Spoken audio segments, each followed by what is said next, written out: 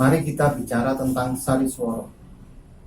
Dan ketika kita memulai membicarakan Sariswara, kita akan dibawa 100 tahun lebih yang lampau. Tepatnya di tahun 1913 ketika Ki Hajar Dewantara diasingkan di negeri Belanda. Dan itulah titik awal dari kisah Sariswara sendiri. Mengapa? Mari kita cermati. Tahun 1913 ketika beliau menulis artikel Als ik en Nederlander was, itu beliau kemudian diasingkan di negeri Belanda. Maka beliau dan istrinya yang masih pengantin baru berangkat bersama-sama. Istri beliau yang waktu itu masih bernama R.A. Sutartina dan beliau sendiri masih Raden Mas Suhardi Suryaningrat naik bersama-sama di perahu dan berhenti berlabuh, kalau tidak salah, di Teluk Benggala. Beliau teringat pada saat berlabuh itu bahwa pada hari itu adalah hari ulang tahun istri beliau, Raden Ayu Sutartina. Beliau yang tidak banyak membawa bekal akhirnya menghadiahi istrinya dengan sebuah tembang berjudul Kinanti Sandung, tembang Mocopat Kinanti yang diciptakan oleh KGPAA Mangkunegoro IV. Tembang Kinanti Sandung inilah yang nanti akan dibawa beliau untuk memulai kisah Sariswara. Di tahun 1916 bersama-sama dengan mahasiswa Indonesia, waktu itu belum Indonesia ya, waktu itu bernama Hindia Belanda, yang belajar di Belanda sana, di Den Haag. Beliau mengadakan sebuah pentas pertunjukan untuk penggalangan, kalau tidak salah ada kisah pentas itu dilakukan untuk penggalangan dana karena ada banjir besar yang melanda Hindia Belanda, khususnya Jawa. Beliau bersama teman-teman mahasiswa yang sekolah di negara Belanda, di Den Haag, mengadakan pertunjukan seni. Selain itu ada sebuah rasa nasionalisme, bibit-bibit mungkin ya, yang tumbuh di hati beliau. Ada kekuatan yang ingin mendorong beliau untuk menunjukkan betapa kesenian Indonesia atau kesenian Hindia Belanda, kesenian bangsanya itu tidak kalah dengan kesenian orang-orang Eropa. Maka beliau menggubah tembang Mocopat yang tadi dinyanyikan di depan istrinya sebagai kado, yaitu berjudul Kinanti Sandung. Digubah beliau dari notasi gamelan, titilaras kalau istilah gamelan Jawa, notasi gamelan Jawa itu titilaras, digubah beliau menjadi notasi balok atau dalam notasi piano, atau istilahnya sekarang pentatonik ke diatonik.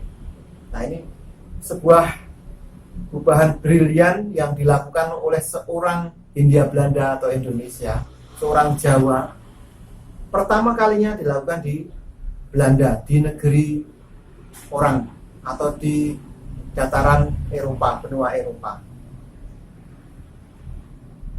Tembang yang digubah ini menjadi sangat menarik karena memang tembangnya sendiri sudah cukup, liriknya cukup begitu kalau kita mendengarnya, lirik-lirik itu akan terasa benar-benar menyentuh hati kita. Walaupun lirik itu sebenarnya seolah-olah memuji pujaan hatinya, tetapi juga asosiasinya memuji keindahan negara kita atau memuji keindahan alam bangsa kita. Maka ini ada sebuah bibit-bibit dari rasa kecintaan seseorang kepada negerinya. Inilah penggambaran dari tembang Kinanti Sandung. Dan hebatnya ini dilakukan pertama kalinya jauh sebelum Indonesia merdeka di tahun 1916 di negeri asing, di negeri buangan, di negeri Belanda oleh seorang Suhardi Suryaningrat yang kemudian di tahun 1922 ketika beliau pulang ke negeri Indonesia, ke Hindia Belanda, masih belum Indonesia namanya, Beliau kemudian 1922 mendirikan perguruan Taman Siswa. Jadi kalau tadi kita melihat Sariswara yang kemudian dinamakan Sariswara itu adalah konversi notasi gamelan ke notasi piano, pentatonik ke diatonik. Itulah Sariswara. Maka di tahun 1922 Ki Hajar Dewantara menggagas sebuah cara mendidik anak yang disebut beliau dengan metode Sariswara. Jadi beda antara Sariswara pertama tadi dengan metode Sariswara. Metode Sariswara ini dalam tulisan-tulisan beliau ada beberapa definisi memang. Tapi intinya definisi yang paling lengkap itu menyebutkan bahwa metode Sariswara ini adalah gabungan dari 3 pelajaran kesenian sekaligus. Yang pertama adalah pelajaran bahasa indah atau sastra. Yang kedua, lagu atau tembang atau suara atau seni suara. Yang ketiga adalah cerita atau dongeng atau permainan, wujudnya bisa dalam bentuk permainan. Jadi cerita yang digabungkan dalam bentuk permainan atau drama. Jadi 3 gabungan pelajaran seni. Kenapa kesenian yang dipakai oleh Ki Hajar? Kenapa pelajaran kesenian? Karena bagi Ki Hajar Dewantara, kesenian itu adalah dimanfaatkan keindahan dan keharusannya untuk mendidik watak atau karakter budi pekerti anak. Selain itu, bagi seorang Ki Hajar Dewantara, kesenian itu adalah hal yang paling dekat dengan kebudayaan. Beliau meyakini bahwa pendidikan atau sekolah atau lembaga pendidikan atau paguron, kalau waktu itu beliau mengatakannya, adalah tempat menyemai keluhuran kebudayaan. Dan bagi beliau yang paling dekat dengan kebudayaan adalah kesenian. Maka kesenian yang memiliki keindahan dan keharusan dimanfaatkan beliau untuk mendidik anak, terutama untuk melandasi watak anak sebelum belajar pelajaran-pelajaran yang lain. Memang tujuan kesenian yang dipakai oleh Ki Hajar Dewantara melalui metode Sariswara ini adalah melandasi, memberi landasan bagi watak atau karakter seorang anak sebelum mereka masuk ke dunia pendidikan yang sesungguhnya, sebelum mereka masuk ke dunia nyata yang sesungguhnya. Maka Ki Hajar memahat dengan tegas sebuah tulisan, ini sebenarnya Condro Senggolo atau penanda tahun diresmikannya Pendopo Agung Taman Siswa yang ada di perguruan Taman Siswa di Yogyakarta itu. Di anak tangganya tertera atau terpahat tulisan Ambukoraras Angesti Wiji. Ambukoraras membuka suara, atau dikatakan beliau nembang, menyanyi, atau dalam tanda kutip ringkasnya berkesenian. Itu Angesti Wiji, pepucuk dari pendidikan. Pepucuk itu bukan ujungnya, tapi melandasi pendidikan. Kesenian melandasi pendidikan. Dengan kesenian melandasi pendidikan yang digunakan keindahan dan keharusannya tadi itu, beliau menggagas metode Sariswara. Inilah nanti yang dijadikan beliau sebuah cara untuk melandasi seorang anak dengan watak, karakter, budi pekerti yang luhur, yang nanti beliau akan menciptakan sebuah fatwa lagi atau menggagas sebuah fatwa lagi yang merupakan bentukan watak karakter manusia Indonesia yang diidamkan oleh beliau. Maka nanti muncullah trikon atau 3 kon. Kon yang pertama adalah konsentris, ya kon yang kedua konvergen, kon yang ketiga adalah kontinu. Mari kita coba cermati lagi tentang metode Sariswara ini. Metode Sariswara sendiri adalah pendidikan kesenian yang menggabungkan 3 pelajaran: bahasa indah sastra, lagu, tembang, nyanyian, suara, dan yang ketiga adalah dongeng, cerita, atau nanti dalam bentuknya drama atau permainan. Maka beliau membuat tingkatan-tingkatan lewat empu-empu tangan kanan beliau, ada Ki Haji Soekarno, ada Ki Suratman, ada Ki Sindu, dan lain-lain. Muncullah di Taman Isro yang waktu itu masih di Jawa konsentrasinya, muncullah tingkatan-tingkatan metode Sariswara. Ketika anak usia taman kanak-kanak, ada muncul tembang dolanan anak, tembang, memakai tembang, karena tadi 3 unsur dari metode Sariswara. Yang kedua, ketika anak-anak mulai SD, muncul langen carito, nanti saya bahas lagi. Yang ketiga, anak SMP muncul langen sekar. Kemudian di tingkat SMP muncul langen asmoro. Kemudian di tingkat SMA nanti muncul langen asmoro. Kemudian di tingkat universitas, tingkat dewasa, itu langen drian atau juga langen mondrowanoro. Juga muncul langen retno rinakit. Jadi itu tingkatan-tingkatan yang sudah diciptakan diimplementasikan oleh empu-empu tangan kanan beliau. Kembali ke metode Sariswara. Mari kita cermati kenapa lagu suara itu sangat penting. Ki Hajar Dewantara ketika diasingkan di negeri Belanda, beliau bersentuhan dengan banyak teori-teori pendidikan. Dan ingat, sertifikat mengajar beliau pertama kali mendapatkan sertifikat mengajar sebagai guru itu justru di negeri Belanda atas dorongan dari istri beliau. Istri beliau sudah mengajar dulu di TK Probel atau Probel Kindergarten Probel. Kemudian beliau menyerap semua teori-teori dari para pesohor-pesohor pendidikan. Ada Frederick Froebel tadi, kemudian ada Maria Montessori, kemudian ada Rudolf Steiner, ada Dalcroze tentang tariannya, ada juga Rabindranath Tagore, juga Rousseau tentang pembaharuan, dan Dalton, dan mungkin beberapa masih ada lagi. Ada satu hal yang menarik tentang teori yang dikeluarkan oleh Dr. Rudolf Steiner. Rudolf Steiner kemudian beliau mendirikan Waldorf School yang sekarang terkenal juga, sudah masuk Indonesia, Waldorf School. Dr. Rudolf Steiner menciptakan sebuah teori berjudul atau bernama antroposofi. Teori antroposofi ini adalah yang intinya mengatakan bahwa suara itu tidak dicerna oleh otak, tapi suara itu langsung masuk ke hati. Lain dengan lukisan, lain dengan gambar, lain dengan fisik yang bisa dilihat mata ya. Suara itu kita sambil berdiam diri, memejamkan mata, kita bisa menikmati suara itu. Lagu bisa kita nikmati, halusnya, kasarnya lagu itu bisa kita nikmati. Mana yang menggugah perasaan, mana yang menyentuh perasaan, mana yang mengganggu kita, kasar lagunya, itu ada, bisa kita rasakan.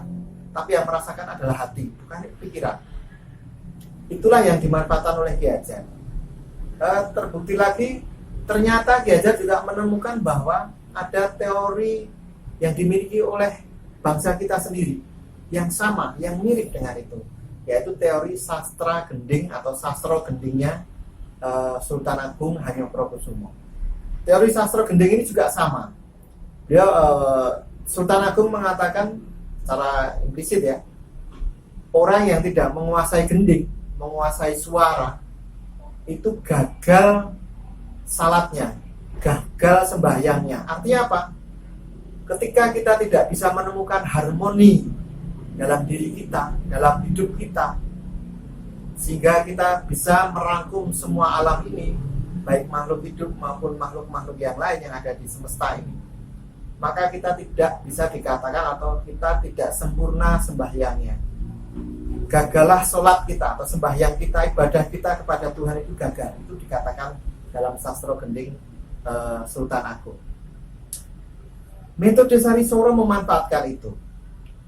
Bapak Ibu, mari kita coba cermati. Teman-teman, mari kita coba cermati. Ternyata metode Sariswara yang memanfaatkan kesenian, yang menggunakan atau mengambil keindahan dan kehalusannya tadi, itu sangat klop dalam perkembangan usia anak di awal-awal. Maka Ki Hajar menekankan benar agar usia anak kira-kira kelas 3 SD ya, antara 3,5 tahun sampai 9 tahun atau 7 kalau di luar, itu dikatakan golden age. Dia juga belajar, ada di bukunya beliau, buku pendidikan itu, bahwa masa-masa usia 3,5 sampai 9 tahun itu adalah masa-masa otak bertumbuh. Pertama kali jiwa anak mulai membuka, kemudian memisah menjadi 3 trisakti jiwa, yaitu cipta, rasa, dan karsa. Pertama kalinya jiwa anak ini membuka, maka semua yang dia terima akan direkam di hatinya. Maka di saat itulah bertumbuhnya protoplasma ya, neuron. Ada itu di bukunya Ki-Hajar sangat rinci menulisnya. Beliau mengambil dari teorinya baik Montessori maupun dari Prof. Hugo. Ada itu tulisannya Prof. Hugo. Saat jiwa terbuka itulah bertumbuhnya otak, neuron-neuron yang berupa sulur-sulur banyak. Kemudian dia akan membentuk sentrum atau otak, atau sentrum jiwa, atau pusat jiwa, atau otak inilah yang sekarang kita kenal dengan otak. Neuron yang membentuk banyak itu, perhatikan ketika kesenian yang dipakai keindahan dan kehalusannya tadi. Ketika terjadi kekerasan verbal maupun fisik di usia anak 3,5 ini sangat rentan ya, sampai 9 tahun tadi itu, maka neuron ini bisa kaget atau katakanlah ketika ada getaan, ada bentaan, maka neuron ini tidak jadi bertumbuh. Mungkin bertumbuhnya kecil atau mungkin tumbuhnya jarang-jarang. Tidak sebanyak kalau kita dorong dalam suasana riang gembira, suasana anak tidak tertekan, anak bebas, merdeka, maka ada pendidikan jiwa merdeka. Kodrat alam tadi menyesuaikan jiwanya anak. Yang utama adalah yang dipakai adalah bahasa ibu, bahasa yang paling dimengerti anak, bahasa daerahnya. Maka ketika menggagas pertama kali metode Sariswara, ya beliau menyerap dari bahasa Jawa. Kenapa bahasa Jawa ini bahasa ibu? Bapak Ibu bisa membandingkan dengan fenomena sobat ambiarnya Didi Kempot. Ini sebuah percikan saja ya. Tadi bagaimana tembang yang melankolis begitu merasuk ke jiwa anak-anak muda kita, padahal dia memakai bahasa ibu, bahasa daerah, bahasa Jawa, dan kita cermati lirik-liriknya itu indah. Yang paham hanya orang-orang Jawa yang memang tahu liriknya indah. Kata-kata ambiar, sobat ambiar sendiri itu kalau kita ganti dengan teman hancur itu nggak masuk. Tapi kalau sobat ambiar itu benar-benar masuk ke hati. Dan ketika mereka menyanyikan lagu-lagu Didi Kempot, maka mereka itu menangis, hampir bersamaan menangis. Tapi bukan kesedihan, tapi semacam pelampiasan tentang suasana hatinya. Kadang dia mungkin nggak sama dengan pengalaman yang dia miliki, tapi dia bisa merasakan dari bahasa ibu yang paling dekat dengan. Dan itu tidak dipikirkan, mereka seperti spontan menyanyi itu. Inilah metode Sariswara. Kenapa suara itu mendidik rasa? Maka Ki-Hajar menggagas tembang, lagu ini dipakai untuk mendidik rasa. Dengan apa? Dengan pilihan bahasa lirik-lirik sastra, lirik-lirik yang mengajak anak, membiasakan anak dengan keindahan dan dalam suasana yang menyenangkan, halus, tidak bentak-bentakan, tidak memaksa. Misalkan dalam paksaan pun, maka muncul di terakhir, di metode yang terakhir, di bagian yang terakhir dari pelajaran, ada interaktif, ada anak dilibatkan dalam dramanya, dalam ceritanya itu ada dramanya, ada permainannya, maka muncullah tembang dolanan anak. Proses yang utama ketika anak menyanyikan atau melakukan tembang dolanan anak dengan lagu yang tadi masuk ke hati, kemudian berinteraksi dengan teman-temannya dalam sebuah permainan dolanan, mungkin di situ terjadi gesekan dengan teman yang lain. Tembangnya, liriknya pun sudah dipilih untuk mengajak mencintai temannya, bergotong royong, kerjasama, memusuhi yang jahat, cinta pada bangsanya, negerinya. Itu bisa kita masuk dalam lirik bahasanya dan dalam ceritanya. Ketika proses itu terjadi, anak-anak katakanlah berlatih untuk pementasan atau mungkin memang bernyanyi untuk pelajaran, terjadi gesekan-gesekan. Contohnya ketika ada tembang kacang goreng itu mengharuskan anak harus nepuk tangan anaknya dengan keras. Ini biasanya dilakukan ketika anak pertama kali masuk sekolah. Kita nembang kacang goreng dengan menepuk tangan, mungkin tepukannya ada yang lembut, tapi ada juga yang kencang. Jadi anak itu sudah punya watak-watak Jadi nanti kita ada kaitannya dengan teori Ki Hajar tentang anti tabula rasa, anak itu bukan kertas kosong. Nanti ada. Jadi ketika anak merasa bahwa ini tepukannya keras menyakiti, tapi it's okay. Nanti di akhirnya dia tahu ini permainan. Karena nanti semakin cepat anak seperti dikejar-kejar dalam sebuah permainan, tapi mengasihkan. Endingnya nanti akan tertawa bersama anak-anak itu. Walaupun mungkin tidak saling kenal mengenal di awal mereka sekolah, kembang itu dilakukan. Maka ketika itu terjadi, berulang-ulang anak akan diberi landasan, diberi pemahaman. Tapi ingat, ketika anak usia 3,5 sampai 9 tahun, pertama kali jiwanya terbuka, dan apapun yang masuk di situ akan direkam selama hidupnya, tidak akan hilang. Maka itulah yang disebut dengan Amukora Angesiwiji, kesenian melandasi pendidikan, tidak akan hilang. Dan itu dilakukan di usia anak 3,5 sampai 9 tahun tadi. Dan berulang lagi, itu dilakukan terus-menerus kelas 3 SD ke bawah, berulang lagi di kelas SD ke atas sampai mendekati atau katakanlah kelas 1 SMP. Muncul Langan Carito. Kalau tadi di awalnya adalah tembang dolanan anak, kemudian dilanjutkan dengan Langan Carito. Langan Carito ini lebih kompleks lagi.